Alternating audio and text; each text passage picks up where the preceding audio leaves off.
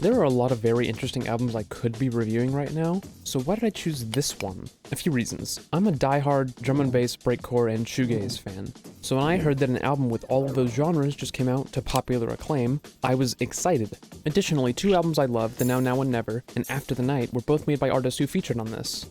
This was also personally recommended to me by someone whose opinion I hold in very high regard. I also think the artist has a lot of promise, and I want to give some constructive criticism. All that's to say, I am extremely inclined to love this album, and I went in with astronomical expectations. However, I'm not too crazy about it. If this description sounds interesting to you, please pause and listen to at least one track. The album is 50 minutes long, but you could listen to the whole thing if you want a full context for what I'm talking about in this video.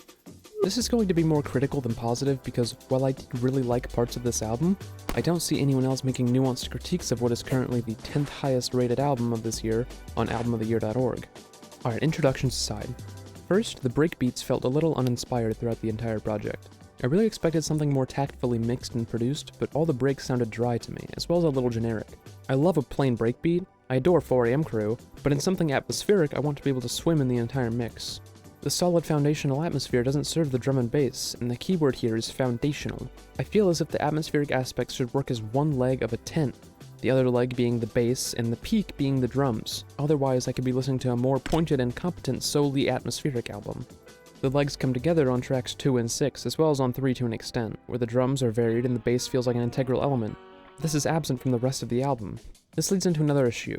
At 50 minutes, this album felt like it had a lot of fluff in the form of dreamy synths that don't add anything to my enjoyment. I'm not an ambient hater, Soundtracks for the Blind, as well as most of Swan's discography, is my bread and butter, but this just feels directionless. I said it was a solid ambient foundation to build upon, which I really do believe. Without any additions, it feels like a noisy, empty, unfinished experience, like a haunted house.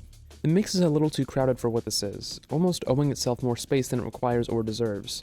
I think that technique works very well in shoegaze, but not remotely in atmospheric drum and bass, where I would expect a clean and spacious sound. I should admit I'm inexperienced in music production, but I've done enough audio mixing to know the basics. It's what I'm doing as I record this, obviously. No, you're not audio mixing. I'm the one who's audio mixing here. You're just talking into a mic. The blank space in some songs that's filled with blown-out shoegaze instrumentals should be cut completely. This project has closer to 20 to 30 minutes of content, maybe less, and stretched it out, not with the intelligent growth of a post-rock track, but simply continuing for a bit longer than it should.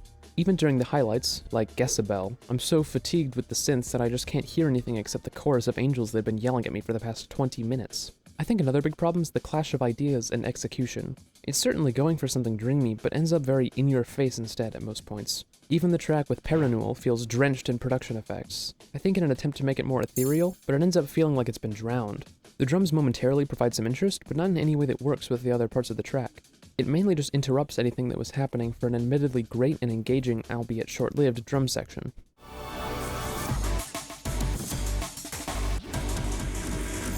The elements it combines are almost certainly due to the quantity of features. 5 features on a 9-track album. Instead of adding moments of variety, these features muddy the experience of the record. Most of the actual ideas fall into the first half of the album, where everything feels most unclear. Everything after Dive feels a lot more cohesive, but still contains a lot of my issues with the project. Every track has so much ambience that's so gigantic that I'm straining to hear the drums. It feels like there's no break in the ambience at any point I can recall. Other pieces of music that have succeeded at doing what I believe this attempts to do are After the Night, Death Consciousness, and I'll Try Living Like This, and of course there are many D&B classics like 2014's Wolf Girl, which I feel managed to pull off many of this album's goals but better in nearly a decade ago. This is some of the most effort I've put into an album review, which shows this has a lot of promise. I even watched a video of someone making Jungle on a PS Vita while doing light research for this. I listened to this album 2 times in a row today, once while doing nothing else and another time while writing the review, but even while listening to it I could barely recall examples to explain why I felt the way I did. And as I finished the review, the album has completely vanished from my memory. It's ambitious, but doesn't fail in any interesting ways, mostly just landing in a mediocre middle ground that doesn't stand out whatsoever, or, as the kids would call it, mid.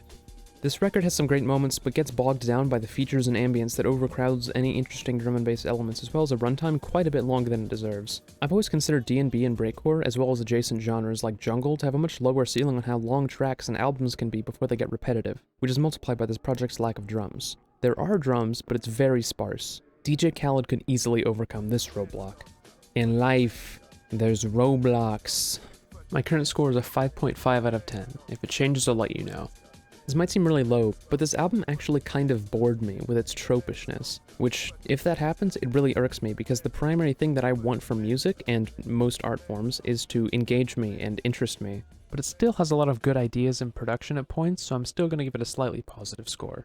And if you're the person who recommended me this, sorry I didn't like it. We can play Fortnite later.